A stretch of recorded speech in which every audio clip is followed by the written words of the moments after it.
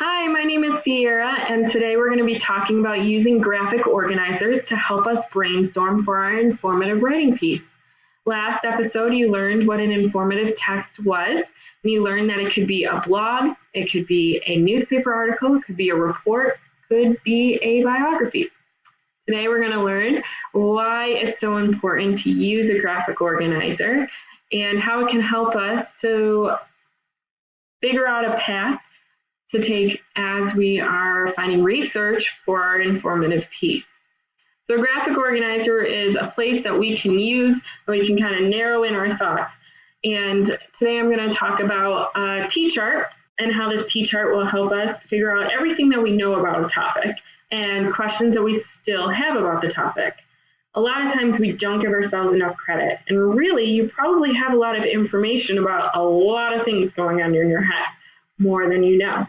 Sometimes we don't give ourselves credit. So what we're going to do is we're just going to dump all of the information that we know about a topic in the left side of our column, and in our right side, we will write questions that we still have about the topic. Now these questions later on will help us give direction to where we're going to research. And later on, we will also teach you how to find good resources, how to take those resources and find facts and details that will answer those questions. So let's get started. I found a writing prompt in my textbook. You can find writing prompts anywhere online if you were to type stuff in, just prompts for informational writing pieces. Today I'm going to show you what I did for the prompt of how to survive, and I've chosen how to survive a severe windstorm in Rochester, New York. Now this is based on my experience from the windstorm last year. Maybe you didn't lose power, maybe it didn't really affect you, but for me, I lost power and that kind of affected my way of living. So I decided that I was going to do a T-chart, and you could do this on a notebook. I've decided to do it on the computer so that you can see what's going on. But this is something, just 2 lines, write the titles, and you've got your graphic organizer. It's that simple. So I have on the left side what I know, and this is all of the stuff that I know about how to survive a windstorm. So here I have staying inside and avoiding traveling. Do not touch any power lines that are down. Keep your fridge door closed. Put blankets up in the doorways, and this will trap the heat in different rooms. Find your flashlights and candles before it grows dark. Gather all the blankets and warm clothes you can. And find another location that might have heat or food if it becomes unbearable. So this is everything that I know about how to survive a windstorm. And then what I have over here are questions that I still have, even though I've lived through it. So I have, some of the questions I have are, was there a way I could have prepared for a power outage? Are there supplies I should keep together? Should I have a supply of non-perishable foods? Who do I call if a tree falls in my yard? Who do I contact if my power goes out? Are emergency services still available if roads are blocked around my home? And what places around me have generators that are open to the public? So these are the questions where when I am looking for informational text that I'll be using as mentor text, when I go to look for information to write my piece, I am going to try to answer these questions. So this graphic organizer is helping me figure out what I don't know yet about this topic. Because really, I don't need to take the time to look for the stuff in my what I know column, since I already know the answers. So here, later on with my research, these are the questions that I'm going to find.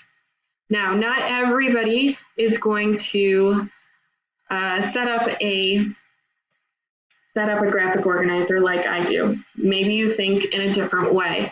There are tons of different templates that you could use, that you could find online to help you plan out your piece. This is just one of the ways that you can use. You also don't have to do it on a computer. Again, I did it because it was a way for you to see it.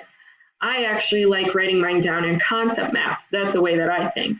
We had a graduate school assignment that had us taking all the information that we learned throughout our program and then putting it into a website that we would share with the public. And here I have my concept map or how I started planning out my information. So what I did was I took all of my courses that had to relate with my portfolio, and I put every assignment, every little note that I could think about, any theories that I was going to want to mention. And this would just help me come up with checkpoints that I would go back to and find more information on. Notice here I wasn't writing anything out as in sentences. This was just a way that I could dump all of the information on the page so that later on I could go back and think about it. So you could use concept maps, you can use any of the graphic organizers you find online, or you can use the T-chart that I found. I challenge you to try setting up a graphic organizer this week. Try it out, see how it goes, see how it feels, because it's great, kind of gives you a little bit of direction. And I want to challenge you to also try using my prompt of how to survive, and you choose what topic. So how to survive a trip to Disneyland, how to survive a game where you're losing, something fun and creative. You don't have to write the whole piece. It's just a way to practice writing and using the T-chart. So you can set it up just like I did and put your what I know on the left side, put your questions I still have on the right side, and then submit your graphic organizer to us just so that we can see. Or if you want, just do it in your notebook, and it's just a way of planning. It's up to you. But thank you for watching this episode, and I hope that I hope this helps you. All right, have a good day.